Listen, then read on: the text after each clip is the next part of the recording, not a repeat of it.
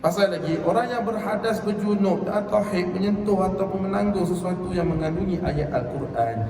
Jika orang yang berhadas, berjunub atau wanita haid menyentuh atau membawa sebuah buku fiqh atau buku ilmu yang lain yang mengandungi ayat Al-Quran, atau baju yang disulam dengan ayat Al-Quran, atau wang dirham atau wang dinar yang diukir dengan Al-Quran, membawa barangan yang turut mengandungi mushaf, atau menyentuh dinding atau manisan atau roti yang diukir dengan ayat Al-Quran, menurut pandangan yang sahih, semua ini adalah harus kerana ia tidak dikira sebagai mushaf. Terdapat juga suatu pandangan di sisi ulama mazhab kami bahawa ia adalah haram.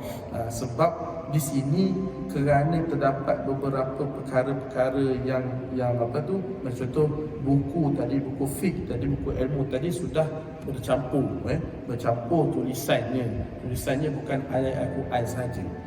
Aqda Al-Qudah Abu Hasan Al-Mawardi mengatakan dalam kitab Al-Hawi, harus menyentuh baju yang disulam dengan ayat Al-Quran, namun tidak boleh memakainya tanpa sebarang khilaf, kerana tujuan di sebalik pemakaian adalah untuk bertabarruk dengan ayat Al-Quran. Sebab tujuan pakai baju yang ada tulis Al-Quran itu untuk ambil berkat, maka sentuh boleh, pakai tidak boleh.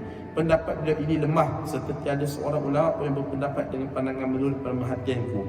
Bahkan Syekh Abu Muhammad Al-Juwaini dan ulama lain menyatakan secara jelas akan harus untuk memakainya, dan ini adalah pandangan yang tepat, wallahu a'lam. Adapun kitab-kitab tafsir Al-Quran, jika ayat Al-Quran lebih banyak daripada kandungan yang lain, haram menyentuh dan menanggung dia. Namun jika kandungan yang lain itu lebih banyak, dan majoriti terdapat 3 pandangan semua mazhab kita, pandangan lebih tepat tidak haram, pendapat kedua haram. Pendapat yang ketiga, sekiranya tulisan Al-Quran dapat dibezakan walaupun dengan tulisan yang tebal, kemerah-merahan dan sebagainya, hukumnya adalah haram. Tetapi sekiranya tulisan tidak dapat dibezakan, hukumnya adalah harus. Jadi sebab itulah apabila orang perempuan yang haid tadi itu ingin mempelajari sesuatu daripada Al-Quran, mereka tidak boleh baca, tidak boleh baca. Sekiranya mereka nak mempelajari sesuatu, contoh kelas berkaitan dengan Al-Quran, terjemahan ataupun kelas Al-Quran sekalipun, mereka datang untuk nak dengar sahaja, bukan untuk baca, untuk dengar, hadir untuk belajar sahaja, boleh. Maka sebab itulah kita biasa sarankan supaya gunakan naskah terjemahan, kerana naskah terjemahan ini, tulisan Al-Quran itu sudah bercampur dengan tulisan bahasa Melayu. Jadi dia dah jadi satu buku, bukan seperti mushaf yang Al-Quran saja, dia jadi buku, bercampur tulisannya. Maka sebab itulah sekiranya mereka nak mempelajari, mereka bawalah naskah terjemahan tersebut supaya tidak tidak berlaku hukum bahawa mereka ini haram bukan mushaf semua, kerana dia dah jadi satu buku yang bercampur penulisannya. Lepas tu diletakkan pandangan yang lebih tepat adalah tidak haram. Aku pendapat ini, Imam Nawawi berpendapat haram menyentuh Al-Quran itu jika tulisan ayatnya dan kandungannya yang lain adalah sama banyak. Sekiranya tulisan yang lain, kandungan yang lain, macam contoh kita tengok tulisan terjemahan Al-Quran sekarang ni, terjemahannya lagi dah bahasa Melayu, belakang ada nombor-nombor pula, ada fadilat-fadilat lagi, hukum tajwid lagi.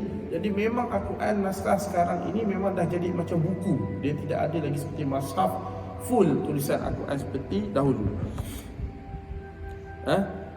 Haram menyentuh Al-Quran itu jika tulisan ayatnya dan kandungan yang lain adalah sama banyak. Pengarang kitab Al-Tatimah daripada kalangan ulama mazhab kami berkata, apabila kami katakan ia tidak haram, hukumnya masih makruh. Berkenaan kitab hadis Rasulullah SAW, jika tidak mengandungi ayat-ayat Al-Quran, tidak haram menyentuhnya.